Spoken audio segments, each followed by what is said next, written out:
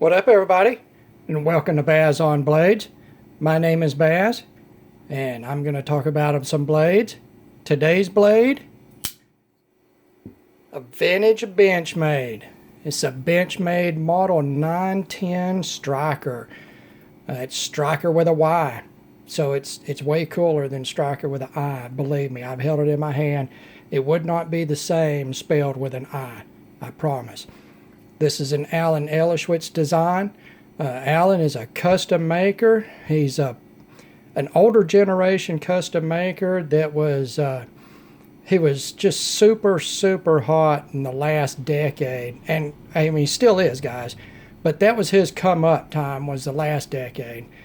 And you know what, a lot of things that modern custom makers do, they're not riding the coattails of Alan Elishwitz, but they are enjoying the benefits of a lot of his design cues. He did a lot of intricate handle mill work, some color anodization and combinations of titanium and different handle materials, synthetics like G10 and micarta, and carbon fiber, and then natural materials also. He had a very artistic design language, and to me his designs, while 100% usable, they were knives and they were usable as knives and they were functional. I think that his design language was very strong, so you got a sense of form over function, even though that wasn't really true. This is a Benchmade American made production version of a licensed Elishwitz design, the Stryker. The pre-production on this knife was around 1998, and then it quickly went into production.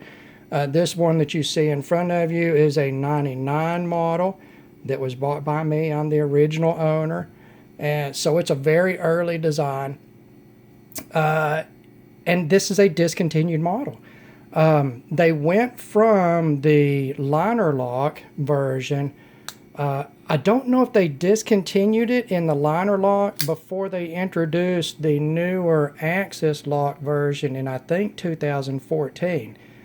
The newer version was not received as well. I'm not a Benchmade expert, and I don't know all their models very well, but they have a model called the Triage.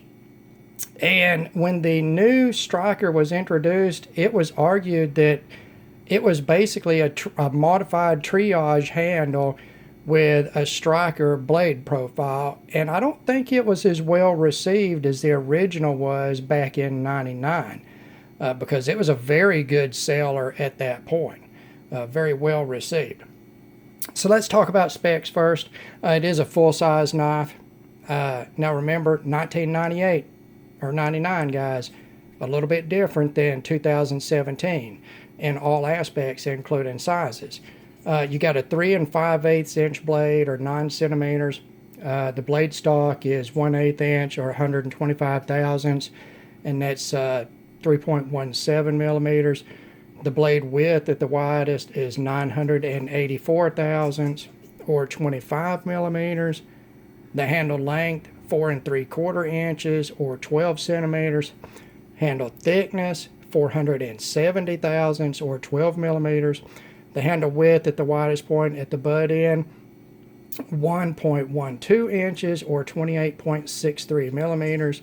The closed width at the widest, 1.23 inches, or 31.4 millimeters. So very slim, open and close. Overall length, 8 1/4 inches, or 21 centimeters. The stop pin diameter, 188 thousandths of an inch, or 4.78 millimeters. And the weight is a pretty lightweight, 3.92 ounces, or 111 grams. All right. Well, let's take a look at this thing. And what we're doing, guys, is we're jumping in the Wayback Machine, and we are looking at 1999 at a quote-unquote high-end production tactical knife. I believe I paid, it was somewhere between $110 and $120 in 1999. Now, we'll look at materials here first. The blade steel is the ever popular ATS 34. Now, this is the era of ATS 34 and 154 CM, basically the same blade steels. The ATS 34 being made by Hitachi in Japan, and the 154 CM by Crucible in the United States. Now, they were top-end steels, but 154 CM was very hard to get for a while. It was out of production, so you saw a lot of the ATS 34 in the upper-end production knives. And it's a good steel, guys. I've had no problem with this steel. You can see scratches. There's pitting that you may or may not be able to see, guys. On the back side here, man, I wish I could catch this, is how I learned how ATS 34 reacted with tomato juice from cutting tomatoes. There you go. See that pitting? Yeah, that's from tomatoes, guys. I remember that. And that's where I learned that stainless steel, it still stained. It just stained less under certain circumstances. I used ATS 34 very hard on my job, which was in steel stamping. This knife is cut heavy nylon and light metal banding. Even on the metal banding, and it was light metal banding, not the super heavy stuff. I got some deformity of the edge, but no chipping. This was supposed to be rock weld at the 5960 range. That seems about right, although I would have probably guessed it at 58, 59, a step towards the lower end. It's pretty easy to sharpen. I had sharpened it I don't know how many times on my Lansky system, and then it has gone through the Lifesharp service for a repair and been resharpened by the company.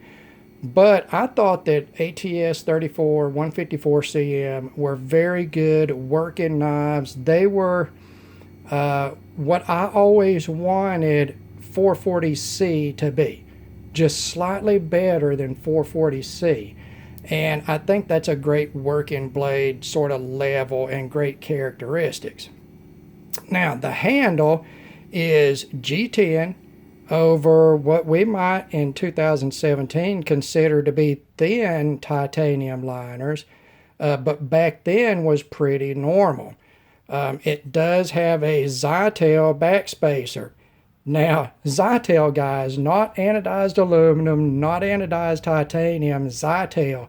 And this is a Benchmade knife. Zytel was moderately new in production knives in 1999.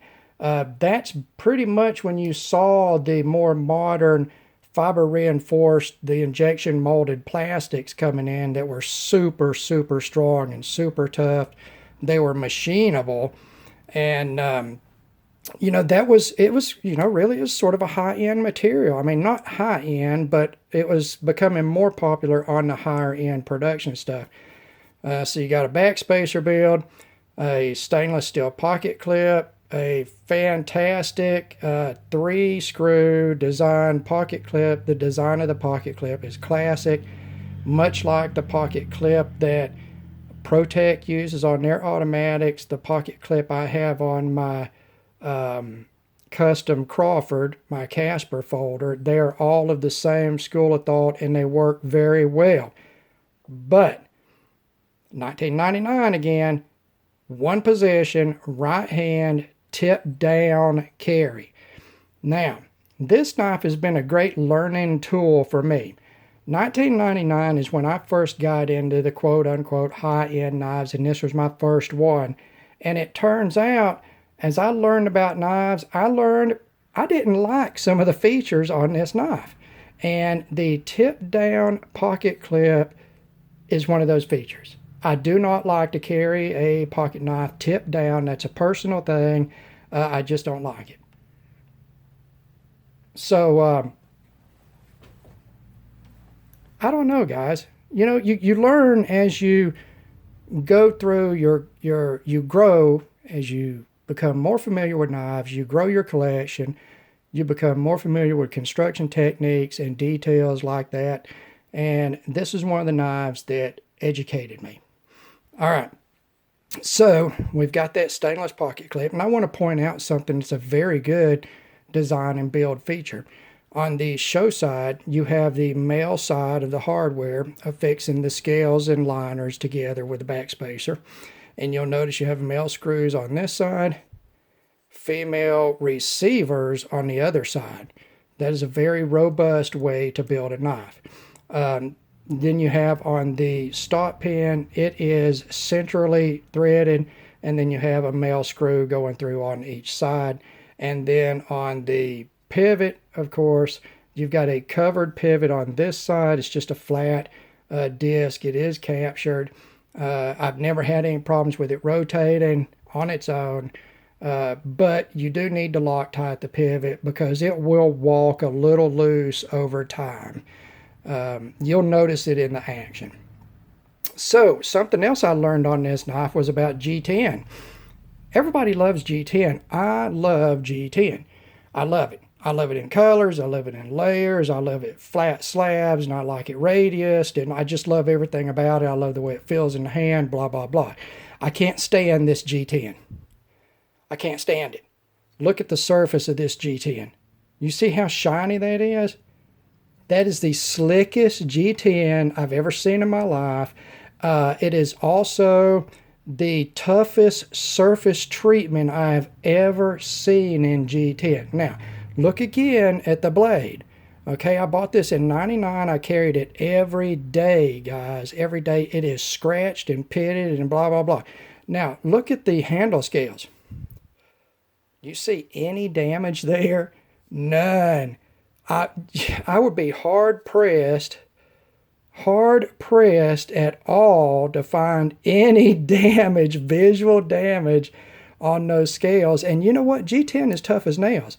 It's pretty much indestructible, guys, but I've never seen a surface treatment on G10 that was this tough. And you can see from where it's dished out here for access to the thumb disc, you can see that the surface of this, it's like peel ply, but it's sort of they finished the surface with the resin raised and thick on the surface, and I believe that's what we're seeing. It has almost a polished, textured finish, even though you can see here when it was machined away, you've just got the common sort of as machined G10 finish. I wish that was over all the knife. Now, I can fix that, of course, very easily, multiple different ways, but it's a classic now, and I'm not going to change the knife. I don't really carry it that much except for just on nostalgic occasions. So, ATS 34, G10 titanium, Zytel stainless hardware, the thinner liners, and this is another thing that I learned on this knife. I don't like liner locks. I've had a lot of bad experience with liner locks. This one is no different. I carried this knife for a couple of years, all the time, every day, everywhere I went. And then started experiencing very bad lock rock. It has the tang seat is radiused on the blade tang. And what I started experiencing was under pressure on the blade, the tang wanted to skate over, and if not, it just had lock rock. That is a problem with thin titanium liners. I will never, ever in my life buy another knife with thin titanium liners. Period. Never going to do it. Never going to do it. This one had to go back to Lifesharp. And I'll get into that a little bit later, but they fixed it and they did it for free. So kudos to Lifesharp service. Now, the overall fit and finish is fantastic on this knife. Let's put aside the issues I had through hard use on it. You know what? It's a beautiful design. The Tanto is different than what you typically saw in that time frame. You had the Emersons, which was a much more blunt sort of point. cold steel doing a lot of Japanese inspired tantos with the same sort of blunt tip, more acute tip angle there. And this is a little more laid out and pointy. And then with this drop point, it's a drop point, guys. I mean, it's a drop point tanto. With this drop point top here and this long thinning swedge, basically what you end up, if you look at it straight on, is a spear point sort of shape with tanto on one side. And it's just not sharpened on the backside. If you wanted to stab that into something, I'm telling you guys right now, there will be no issue with that if you needed to use this knife to stab into any type of soft tissue, regardless of what it is. It's got medium-high, sort of mid-range grinds here, so not a super thin edge with that 1/8 inch blade stock, but it always was a good cutter. Now, I sharpened this thing for years on my Lansky with very little sharpening experience or knowledge, just from reading the directions on the Lansky and sharpening, and got pretty decent working edge results. Now, my sharpening skill set and knowledge base has increased quite a bit, and most of that, YouTube, from watching guys like Dino sharpen. Dino, if you ever want to do anything, just go and check out his videos. There's a couple other guys. You've got the more advanced sharpening systems now, the Wicked Sharp and the KME, which I use, the Work Sharp motorized system. You still got the Lansky around and some other clamp systems. So, I sharpened it for years and did it pretty decent.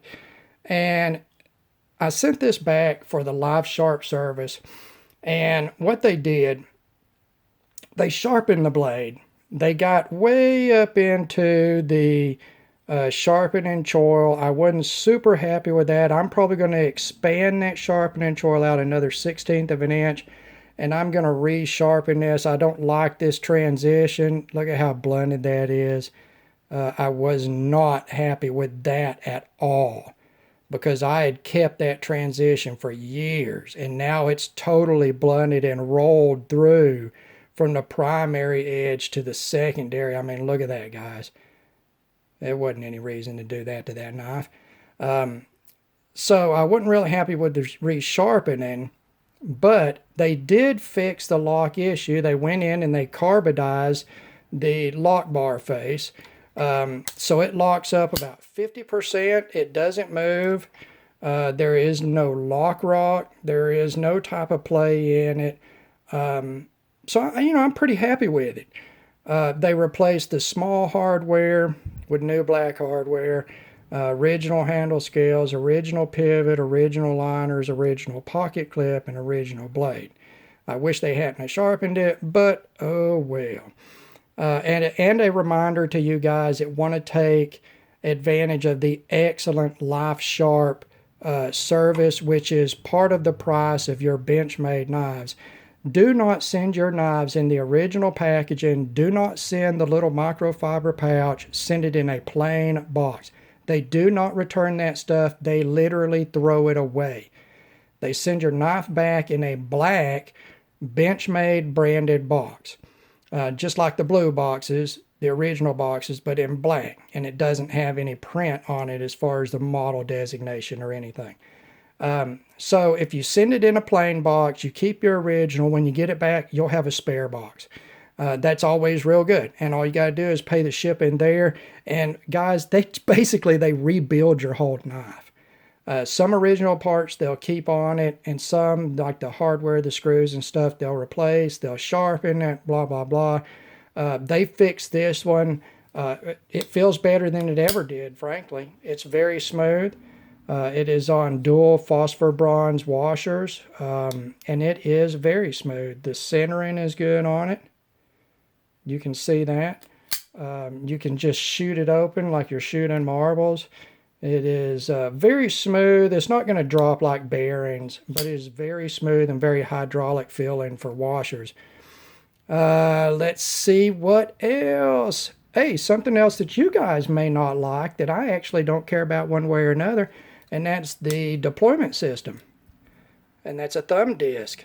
Look at that. That's old school right there. You don't see a lot of thumb discs anymore. And the way they dished the G10 in the handle here, the approach to it is excellent. You just get on it, you shoot it out like that, guys. I mean, that action is amazing. I mean, it's just as fast as any flipper. It's got a decent detent. It's on the medium range of medium, actually. It breaks out of the detent with a little softer edge, but there's still plenty of potential for stored energy in that detent to where, like you see there, I can just shoot it out, guys, and you may be able to... Nah, I can't. I hit the table. Sorry, guys. You may be able to even spidey flick that thing if you could get a hold of it in the right way, but I'm not going to try it anymore here because I've already looked like a fool. Anyway, handle design, very organic but neutral. It is a long, narrow, sort of blocky design, made organic, sort of a medium finger choil. Not only is it very comfortable and usable in a forward grip, it's very good in a reverse grip and a draw cut grip. There's not a whole lot of extreme anything going on in that handle other than making it organic. Something that Alan Ellerschwitz was very well known for. The organic naturalness of his designs mixed with cutting edge materials and the cutting edge machining that he did.